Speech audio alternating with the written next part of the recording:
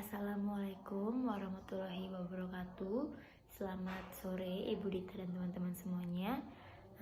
Kami dari kelompok 3 akan mempresentasikan hasil diskusi kami terkait materi tax planning atas usaha mikro, kecil, menengah atau UMKM. Di sini kelompok kami terdiri dari 5 anggota, yaitu yang pertama Eka Oktarianti, kedua adalah Kania Pratnya Pralamita, yang ketiga adalah Lailia Indrianti, yang keempat adalah Larasati Intan Pandini, dan yang terakhir adalah Putu Tinizia Alila Safitri. Pada kesempatan kali ini kami akan membahas materi terkait dengan aspek pemajakan UMKM itu sendiri. Yang kedua adalah strategi pemajakan pemajakannya. Yang ketiga adalah dampak tax planning terhadap UMKM itu sendiri. Menurut Peraturan Pemerintahan Republik Indonesia Nomor 23 Tahun 2018, pajak UMKM adalah penghasilan dari usaha yang diterima oleh atau diperoleh oleh wajib pajak dalam negeri yang memiliki peredaran bruto yang tidak lebih dari 4,8 miliar dalam 1 tahun pajak. Tarif PPh-nya sendiri dikenakan dalam peraturan pemerintah ini sebesar 0,5% dan itu bersifat final. Selanjutnya adalah klasifikasi usaha mikro, kecil, dan menengah, yaitu menurut Undang-Undang Nomor 20 Tahun 2008 tentang usaha mikro, kecil, menengah ini, klasifikasi UMKM bisa dibedakan dari jumlah aset dan total omset penjualan, yaitu yang pertama adalah usaha mikro, di mana usaha mikro itu adalah usaha produktif milik orang perorangan dan atau badan usaha perorangan, di mana kriterianya adalah yang pertama, memiliki kekayaan bersih paling banyak 50 juta rupiah, tidak termasuk tanah dan bangunan tempat usaha. Yang kedua adalah memiliki hasil penjualan tahunan paling banyak 300 juta rupiah. Selanjutnya yang kedua adalah usaha kecil, di mana usaha kecil adalah usaha ekonomi produktif yang berdiri sendiri, yang dilakukan oleh orang perorangan atau badan usaha yang bukan merupakan anak perusahaan atau bukan cabang perusahaan yang dimiliki, dikuasai, atau menjadi bagian baik langsung maupun tidak langsung. Kriteria usaha kecil itu sendiri yaitu ada 2 juga, yaitu pertama adalah memiliki kekayaan bersih lebih dari 50 juta rupiah sampai dengan paling banyak 500 juta rupiah, tidak termasuk tanah dan bangunan tempat usaha, atau memiliki hasil penjualan tahunan lebih dari 300 juta rupiah sampai dengan paling banyak adalah 2 miliar 500 juta rupiah. Selanjutnya saya akan menjelaskan tentang usaha menengah. Usaha menengah adalah usaha ekonomi produktif yang berdiri sendiri, yang dilakukan oleh orang perseorangan atau badan usaha yang bukan merupakan anak perusahaan atau cabang perusahaan yang dimiliki, dikuasai, atau menjadi bagian baik langsung maupun tidak langsung dengan usaha kecil atau usaha besar dengan jumlah kekayaan bersih atau hasil penjualan tahunan. Kemudian ada usaha besar.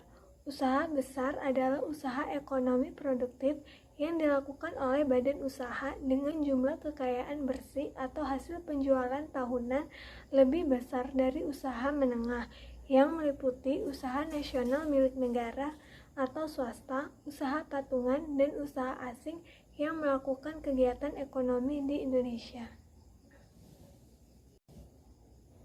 Selanjutnya yaitu ada pajak UMKM terdiri dari 3. Yang pertama yaitu PPh pasal 4 ayat 2 atau PPh final. Kewajiban PPh pasal 4 ayat 2 adalah pajak penghasilan yang dikenakan atas transaksi persewaan atas tanah dan atau bangunan, pengalihan hak atas tanah dan atau bangunan, penghasilan atas usaha dari jasa konstruksi dan dari dividen perusahaan yang dibayarkan kepada orang pribadi. Yang kedua itu ada PPh pasal 21. Wajib memotong PPh 21 dari gaji, upah, honorarium, tunjangan, dan pembayaran dengan nama serta dalam bentuk apapun yang masih terkait dengan pekerjaan, jasa, juga kegiatan yang dilakukan oleh wajib pajak dalam negeri. Dan yang terakhir itu ada PPh pasal 23. Kewajiban PPh pasal 23 jika perusahaan melakukan transaksi pembayaran dividen atau pembagian keuntungan kepada pemegang saham yang berbentuk perusahaan dengan jumlah kepemilikan saham paling besar 25%. Lalu, ketika perusahaan melakukan pembayaran royalti, pembayaran bunga pinjaman selain pada bank, pembayaran hadiah, juga penghargaan dan bonus lain yang dipotong oleh PPh pasal 21. Selanjutnya, kelompok kami akan menjelaskan mengenai subbab kedua, yaitu strategi tax planning bagi UMKM. Nah, dapat teman-teman lihat di tabel berikut bahwa ini merupakan kriteria bagi UMKM badan usaha tertentu dan juga UMKM perseroan terbatas, di mana UMKM yang memiliki penghasilan neto di bawah 4%, maka dapat menggunakan fasilitas Undang-Undang PPh pasal 31E. Sedangkan untuk UMKM yang memiliki penghasilan neto di atas 4%, dapat menggunakan PP 23 tahun 2018. Strategi yang pertama yaitu dengan memanfaatkan perbedaan tarif antara fasilitas Undang-Undang PPh pasal 31E dengan PP 23 tahun 2018. Nah, dijelaskan bahwa dengan memanfaatkan pasal 31E ayat 1 Undang-Undang PPh, kita dapat mendapatkan fasilitas berupa pengurangan tarif sebesar 50% dari tarif normal 28% untuk tahun 2009 dan 25% untuk tahun 2010 dan seterusnya, yang dikenakan atas penghasilan kena pajak dari bagian peredaran bruto sampai dengan 4.800 miliar rupiah. Sedangkan untuk tarif final atau menggunakan PP 23 tahun 2018, yaitu tarifnya 0,5%. Seperti yang tertuang dalam peraturan PP nomor 23 tahun 2018 tentang pajak penghasilan atas penghasilan dari usaha yang diterima atau diperoleh wajib pajak yang memiliki peredaran bruto tertentu. Nah, dari kedua tarif tersebut, dengan menggunakan tarif pajak berdasarkan kriteria ini, maka UMKM akan lebih diuntungkan karena jumlah pajak terutangnya menjadi lebih rendah. Seperti itu. Strategi selanjutnya yaitu dengan memperhatikan administrasi. Nah, terkait dengan administrasi, UMKM perlu memperhatikan waktu pembayaran dan juga penyetoran pajak penghasilan, serta prosedur pengajuan penggunaan tarif. Nah, pembayaran dan juga penyetoran pajak penghasilan dilakukan setiap bulan, paling lama tanggal 15 bulan berikutnya. Mengapa? Karena hal ini perlu diketahui agar UMKM tersebut tidak terkena sanksi administrasi berupa keterlambatan penyetoran pajak sebesar 2% per bulan. Nah, dengan terhindarnya dari denda, maka akan semakin kecil biaya yang dikeluarkan oleh UMKM untuk dapat memenuhi kewajiban perpajakannya. Selanjutnya yaitu pembukuan. UMKM perlu melakukan pembukuan setidak-tidaknya itu berupa laporan posisi keuangan dan laporan laba rugi. Laporan posisi keuangan ini berisi informasi mengenai harta, kewajiban, dan juga modal. Sedangkan laporan laba rugi itu berisi informasi mengenai penghasilan, biaya, penjualan, dan juga pembelian.